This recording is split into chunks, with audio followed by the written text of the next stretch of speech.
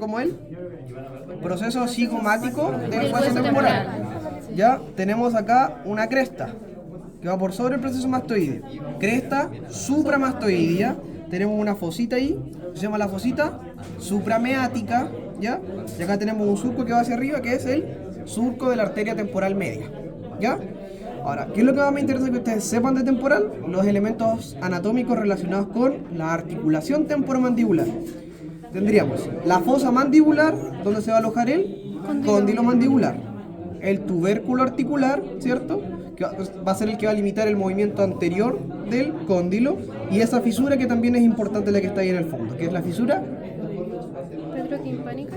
petrotimpánica, porque va desde la porción timpánica a la porción petrósea. Bien. Otra cosa importante que vamos a tener acá va a ser el proceso estiloides, y justo el proceso estiloides va a estar pegado a otro proceso, Proceso vaginal. el proceso vaginal, súper bien.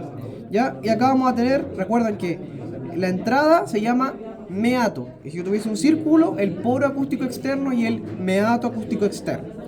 Ahora, el proceso mastoideo tiene dos detalles importantes. En esa zona, la que está más pegada al proceso mastoideo se llama la incisura mastoidea, y la que está más alejada se llama el surco de la arteria occipital. ¿Ya? Ahora, eso era como lo más simple de temporal. Ahora viene la parte más compleja. El temporal por dentro es la parte más compleja que tiene. Tiene la eminencia arcuata, que es ese levantamiento, ¿cierto? Tiene ese surco que va por ahí, que se denomina el surco del seno petroso superior. Luego, ahí tendríamos el meato acústico interno, ¿ya? Ahora, si ustedes se fijan bien, ahí hay como algo pintado de un verde más oscuro, ¿cierto? Esa sería la apertura del canalículo vestibular, ¿ya? Y acá, en esa zona, debajo de la eminencia hay una pequeña depresión. Esa se llama la fosa subarcuata, ¿ya? Y acá en esta zona lo que está pintado con rojo vendría siendo el canal carotidio, y lateral al canal carotidio tenemos otro canal que va por allá, que es el canal para la tuba auditiva, ¿ya? Y acá tenemos otras cosas más que son muy chiquititas, que son el hiato para, en este caso, el surco del nervio petroso mayor, y tenemos el hiato para el nervio, para el surco del nervio petroso menor, ¿ya? Y se continúa con su surco. Eso es lo más importante. Y finalmente tenemos aquí en esa zona lo que vendría siendo la fosa yugular, lo que está con azul, y el foramen, que ese foramen no se les puede olvidar nunca, el que está entre el proceso estiloides y el mastoideo, que es el foramen estilomastoideo. ¿Y qué pasa por el foramen estilomastoideo? Un nervio muy importante. Pasa el nervio facial, ¿ya? El nervio facial pasa por el foramen estilomastoideo. Pero recuerda, lo más importante siempre para nosotros: tubérculo articular, fosa mandibular, fisura petrotimpánica, ¿ya? Porque esos son los componentes que se relacionan con la articulación temporomandibular.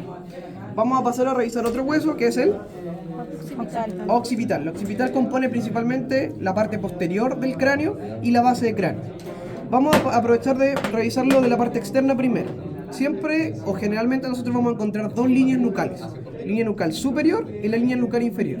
Y a veces podemos encontrar una suprema acá, pero no siempre está, es muy poco marcada generalmente. Entonces siempre vamos a encontrar la superior y la inferior, ¿ya? Y acá en esta zona hay como un pequeño levantamiento justo al centro. Eso se conoce como la protuberancia occipital externa, ¿ya? ¿Qué otro detalle anatómico vamos a tener acá? Vamos a ver que si ustedes se fijan y lo relacionan con esto, tenemos el occipital acá, ¿cierto? Y el occipital se proyecta hacia la parte anterior y se conecta con el esfenoides, ¿ya? Y esta zona se denomina el clivus, ¿ya? Y justo en el clivus vamos a tener un punto craniométrico que se llama basio, ¿cierto? Muy bien. Y opuesto a basio vamos a tener a opistio, súper bien. Y acá vamos a tener un canal también súper importante para nosotros, porque pasa un nervio que va a la lengua, que es el canal para el nervio hipogloso, ¿ya? Que va a inervar motoramente la lengua. ¿Qué otro asunto interesante? Tenemos estos procesos, que son los procesos yugulares, ¿ya? Acá tenemos la incisura intrayugular y el proceso intrayugular, ¿ya? Y acá tenemos un tubérculo yugular, ¿ya? Eso es importante. ¿Y qué otra cosa vamos a tener acá? Si lo miramos por detrás vamos a tener, ¿se fijan que hay como un canal ahí? ¿Ya? Eso se denomina como el canal condilio o canal condilar. Y ahora, hablando de condilar, tenemos los cóndilos, que se articulan ¿con qué vértebra? Con el atlas, súper bien, ¿ya? Y acá tenemos las fosas cerebelosas, izquierda y derecha, y las fosas cerebrales. Entonces acá va a estar el cerebelo y acá va a estar el cerebro. Y aquí si ustedes se fijan tenemos una cresta, ¿cierto? Occipital interna, y acá hay un surco que va así, que es el surco en este caso del seno transverso, ¿ya? Y si ustedes se fijan se forma como una especie de cruz. Esa cruz se denomina eminencia cruciforme, ¿ya? Eso es importante. Ahora vamos a ver esfenoides, que es el otro que es un poco más complejo. ¿El esfenoide qué forma tiene? Como siempre, ya de murciélago, como de mariposa, ¿cierto? Tiene sus alas y sus dos patitas que son los procesos pterigoides. Entonces vamos a tener en este caso, aquí creo que se ven, ya. Entonces acá vamos a tener, ¿cierto?, al esfenoide, con sus alas en este caso, ¿dónde tengo? Creo que estaba mejor, ya no importa.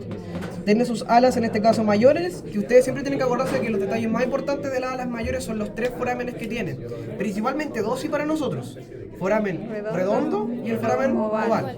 Tienen que recordar qué pasa por cada uno de esos forámenes. Por el oval, que es este de atrás, el más posterior, ¿qué pasaría? El nervio mandibular. El nervio mandibular, ¿ya?